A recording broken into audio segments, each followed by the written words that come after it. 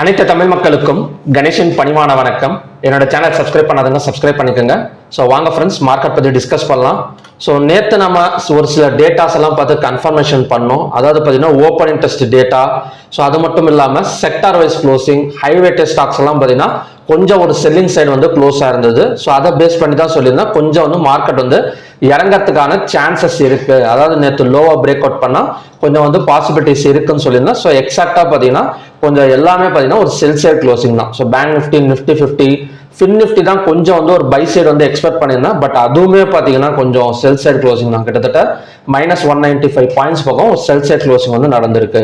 So நாளைக்கு வந்து இந்த செல் சைடு வந்து கன்ஃபார்ம் ஆகுமா இல்லை கண்டினியூ ஆகுமா இல்லைனா ஸோ மறுபடியுமே ஒரு ரெக்கவரி எடுக்கிறதுக்கான ஒரு பாசிபிலிட்டி இருக்கான்னு பார்க்கறதுக்கு முன்னாடி ஸோ நம்ம ஓப்பன் இன்ட்ரெஸ்ட் டேட்டாஸ் எல்லாம் கொஞ்சம் பார்த்துட்டு வந்துடலாம். ஸோ ஓப்பன் இன்ட்ரெஸ்ட் டேட்டாவை பொறுத்த வரைக்கும் கால் ஆப்ஷனை செல் பண்ணி புட் ஆப்ஷனை பை பண்ணியிருக்கிற மாதிரி தான் க்ளோசிங் வந்து நடந்திருக்கு.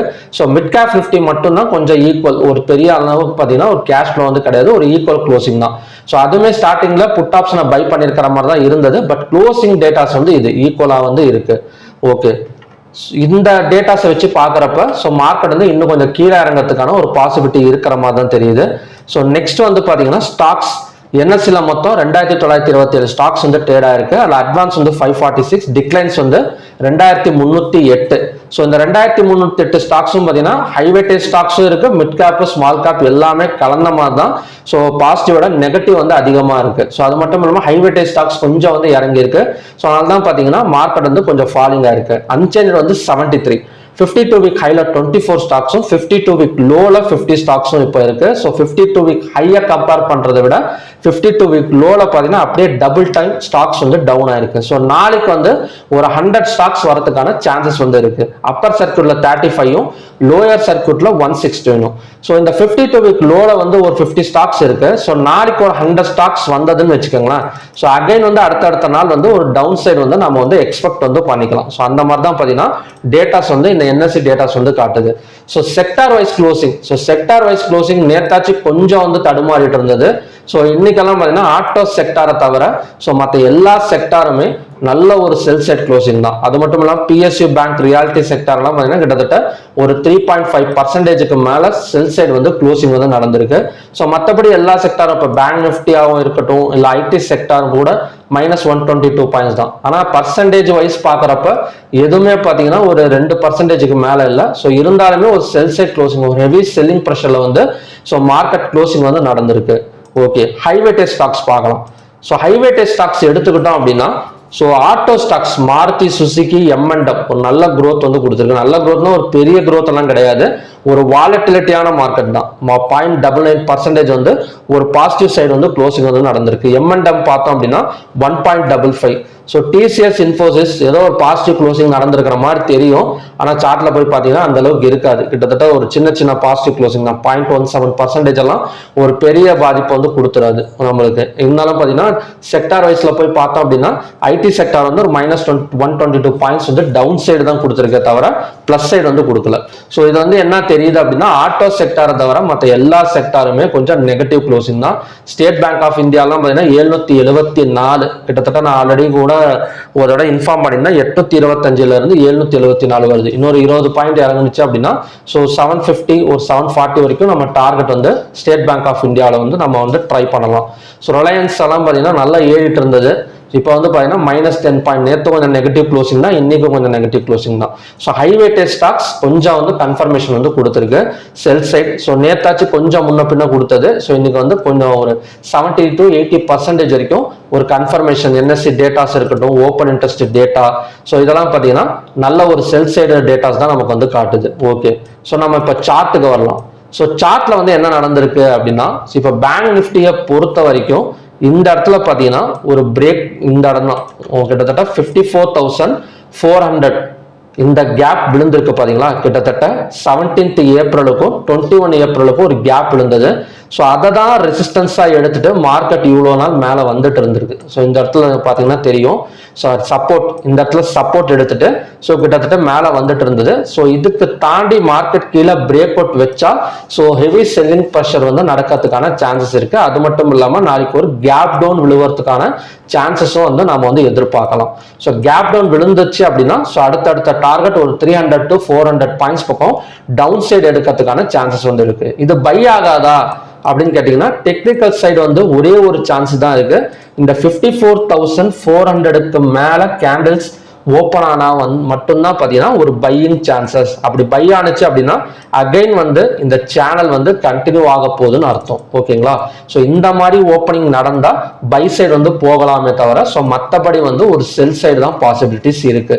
ஸோ ஈவினிங் டைம்ல ஏதாவது ஒரு யூஎஸ் பங்கு சந்தையில வந்து ஏதாவது ஒரு பாசிட்டிவ் நியூஸை கொண்டு வந்தாங்கன்னு வச்சுக்கோங்களேன், கொஞ்சம் நல்ல பாயிண்ட்ஸ் எல்லாம் கொடுத்துச்சு அப்படின்னா 54,400க்கு மேல ஓப்பனிங் நடந்தா இந்த சேனல் வந்து கண்டினியூ ஆகும்.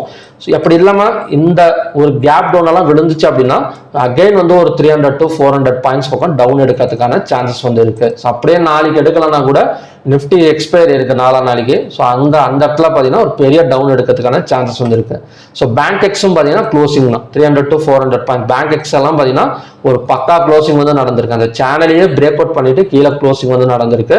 ஸோ கேப் டவுன் இல்லை லோவா பிரேக் அவுட் பண்ணா 300 to 400 பாயிண்ட்ஸ் பக்கம் டவுன் சைடு வந்து எதிர்பார்க்கலாம். ஸோ நாளைக்கும் செல்லிங் கன்ஃபர்மேஷன் தான்.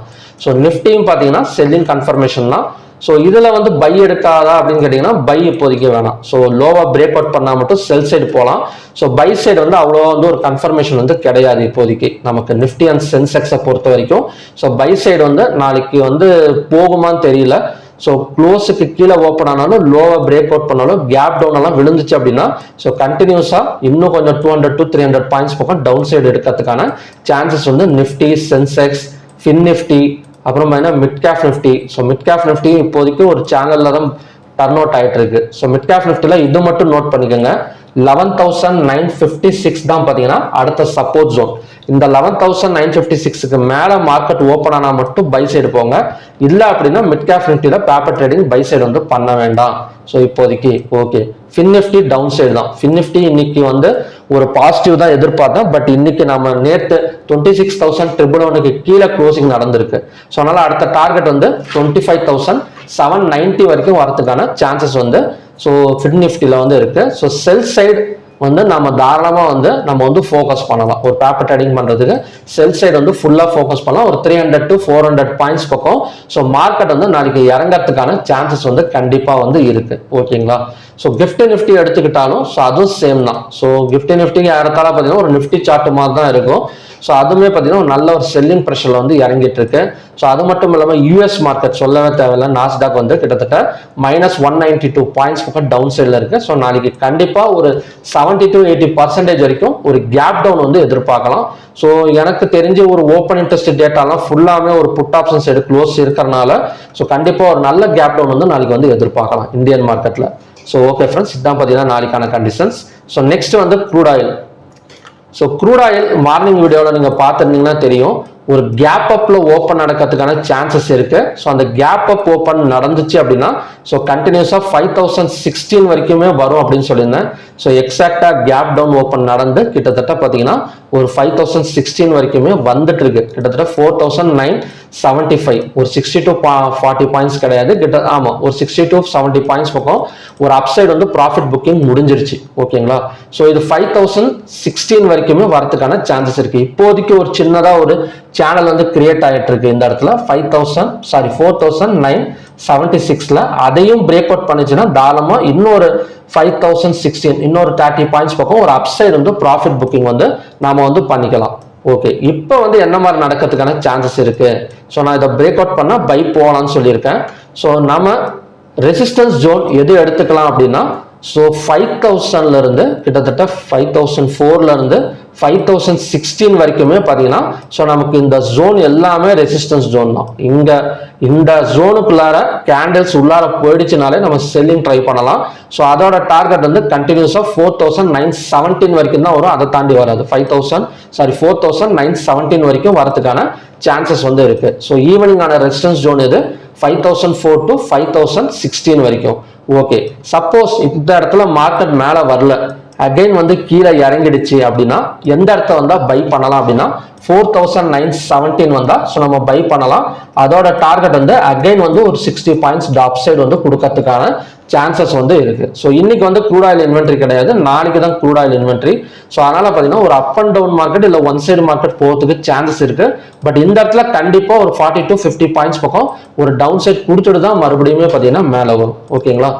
ஸோ நமக்கு ரெசிஸ்டன்ஸ் ஜோன் இது 5004 to 5016, சப்போர்ட் ஜோன் வந்து 4917. ஸோ நான் வந்து ஒரு 10 பாயிண்ட் ஸ்டாப் லாஸ் ஸ்ட்ராட்டஜி வந்து டீச் பண்ணிட்டு இருக்கேன். அந்த 10 பாயிண்ட் ஸ்டாப் லாஸ் ஸ்ட்ராட்டஜி இன்னைக்கு ஒர்க் அவுட் ஆகிட்டு கிட்டத்தட்ட பார்த்தீங்கன்னா ஒரு 70 to 80 பாயிண்ட்ஸ் பக்கம் ஒரு அப்சைடு வந்து கொடுத்துருக்கு. ஸோ ஓகே ஃப்ரெண்ட்ஸ், நெக்ஸ்ட் வந்து பார்த்தீங்கன்னா natural gas. So natural gas பெரிய மூவ்மெண்ட் கிடையாது, நேற்று ஒரு நல்ல ஃபால் எடுத்திருந்தது.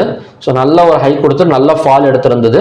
ஸோ லோவை பிரேக் அவுட் பண்ணால் நம்ம செல் சைடு வந்து ஃபோக்கஸ் பண்ணலாம். இன்னைக்கு லோங்கிறது எந்த இடம்? ஸோ இந்த இடம். ஸோ கிட்டத்தட்ட லோவை பிரேக் அவுட் பண்ண தான் வந்துட்டு இருக்கு மார்க்கெட்டு. 303.9 நினைக்கிறேன். ஆமாம், 303.9. ஸோ லோவை பிரேக் அவுட் பண்ணிட்டு ஒரு 5 மினிட்ஸோ 15 மினிட்ஸ் கேண்டலோ க்ளோஸ் வச்சது அப்படின்னா ஸோ கண்டினியூஸாக அங்கேருந்து பார்த்தீங்கன்னா ஒரு 4 பாயிண்ட் வந்து கீழே இறங்கிறதுக்கான சான்சஸ் இருக்கு. அந்த இடத்துல மட்டும் ஒரு செல்லிங் பிரேக் அவுட் நடந்துருச்சு. ஸோ கிட்டத்தட்ட பார்த்தீங்கன்னா ஒரே கேண்டில் தான் நம்ம அதை பார்த்துட்டு இருக்கிறப்பே பிரேக் அவுட் நடந்துச்சு. பட் இன்னும் க்ளோசிங் வந்து நடக்கலை. ஸோ ஒரு 5 மினிட்ஸ் ஆச்சு க்ளோசிங் நடந்துச்சு அப்படின்னா ஒரு 4 to 5 பாயிண்ட்ஸ் பக்கம் ஒரு டவுன் சைடு வந்து நம்ம வந்து எக்ஸ்பெக்ட் பண்ணிக்கலாம். ஸோ ஓகே ஃப்ரெண்ட்ஸ், இதுதான் பார்த்தீங்கன்னா க்ரூட் ஆயில் அண்ட் நேச்சுரல் கேஸோட ஈவினிங் லெவல்ஸ். ஸோ 5004 to 5016ங்கிறது செல்லிங் ஜோன். ஓகே, ஸோ நாளைக்கு வந்து ஒரு கேப் டவுன் பாசிபிள் இந்தியன் மார்க்கெட்டில் NSE and BSEல பார்த்தீங்கன்னா ஒரு கேப் டவுன் பாசிபிள் எடுக்கிறதுக்கான சான்சஸ் வந்து இருக்கு. ஸோ ஓகே ஃப்ரெண்ட்ஸ், மறுபடியும் பார்த்தீங்கன்னா ஒரு நல்ல ப்ரெடிக்ஷன் வீடியோட நான் வந்து உங்களை மீட் பண்ணுறேன். நன்றி, வணக்கம்.